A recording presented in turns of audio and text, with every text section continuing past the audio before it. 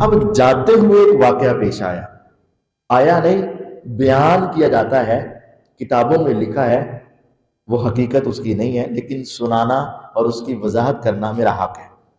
کہتے ہیں کہ جب جا رہے تھے تو ایک جگہ پر پڑاؤ ڈالا، لوگ ٹھہرے، سیدنا طلحہ رضی اللہ عنہ، سیدنا زبیر رضی اللہ عنہ اور سیدہ عائشہ رضی اللہ عنہ اور دوسرے لوگ ایک جگہ پہ ٹھہرے، کہتے ہیں، اور وہاں اس قافلے کو دیکھ کر کتے بھونکنے لگے۔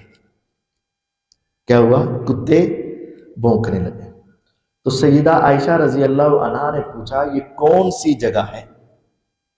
کہنے لگے یہ حو اب کا چشمہ ہے، مقام حو اب، ہا و ہو، الف کے اوپر حمزہ، حو آ آگے بے، حو اب، اس کو حواب بھی کہتے ہیں، لیکن صحیح بات کیا ہے؟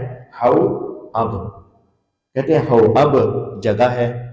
تو امی عائشہ رضی اللہ عنہ نے فرمایا اوئے ہوئے مجھے واپس لے چلو، میں آگے نہیں جانا چاہتی، آگے نہیں جانا چاہتی۔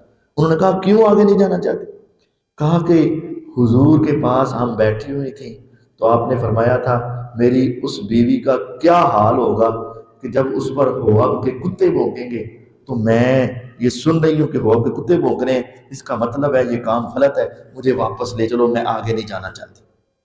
تو سیدنا زبیر رضی اللہ تعالیٰ عنہ نے انہیں کہا کہ واپس نہ جاؤ، تم ہمارے ساتھ آگے چلو، تم اللہ کے رسول صلی اللہ علیہ وسلم کی بیوی ہو، مومنوں کی ماں ہو، تمہارا بڑا مقام ہے، تم آگے جاؤ گی تو تمہارا احترام کرتے ہوئے سارے مسلمان اکٹھے ہو جائیں گے اور ان کا اختلاف ختم ہو جائے گا۔ چنانچہ سیدہ آگے چلی گئی۔ اب یہ ایک حدیث سنائی جاتی ہے اور اس میں کہا جاتا ہے کہ دیکھیں جی ان کا نکلنا غلط تھا، اسی وجہ سے تو کتے بھونکے تھے۔ ہم اس کی ایک بات یہ بتاتے ہیں کہ اس روایت کی سند صحیح نہیں، اس روایت کی سند درست نہیں۔ کیوں نہیں درست؟ میرے کہنے سے تو غلط نہیں ہو جائے گی، اس کا ریفرنس ہے۔ یہ بیان کرنے والا جو راوی ہے نا، اس کا نام ہے قیس بن ابی حازم۔ کون؟ قیس بن ابی حازم۔ یہ راوی بیان کرتا ہے کہ ایسے ایسے ہوا، حالانکہ یہ خود اس جانے والے لشکر میں شامل نہیں تھا۔ جب آپ کسی علاقے میں گئے ہی نہیں اور اس کے جانے کے واقعات بتا رہے ہیں تو لازمی بات ہے یا آپ اپنی طرف سے کہہ رہے ہیں یا آپ نے کسی سے سنا ہے، خود تو دیکھا نہیں۔ مثلا تسی کسی جلسے تے نہیں گئے تے تسی کہو اوتھے قاری صاحب آئے سی، انہیں ایہو جے کپڑے پائے سی، انہوں نے یہ گل کیتی سی تے اوتھے انج انج لوگاں نے گلاں کیتیاں سی، تو وہ لازمی بات ہے یا آپ خود گئے ہو تو ٹھیک ہے، اور یا پھر آپ نے کسی سے سنا ہو یا آپ اپنی طرف سے بات کر رہے ہیں، تینوں باتوں میں کوئی بات تو ہوگی نا۔ جب آپ گئے نہیں، اب آپ نے کسی سے سنا ہے یا خود بتا رہے ہیں؟ اگر کسی سے سنا ہے تو وہ بندہ کون ہے؟ اس کا پتہ چلنا چاہیے وہ سچا ہے یا جھوٹا ہے۔ تو اس کو محدثین کی نگاہ میں منقطع روایت کہتے ہیں کہ درمیان میں راستہ ٹوٹ گیا، سلسلہ ٹوٹ گیا، تو یہ روایت سند کے اعتبار سے ضعیف ہے، اس وجہ سے یہ کوئی واقعہ پیش نہیں آیا۔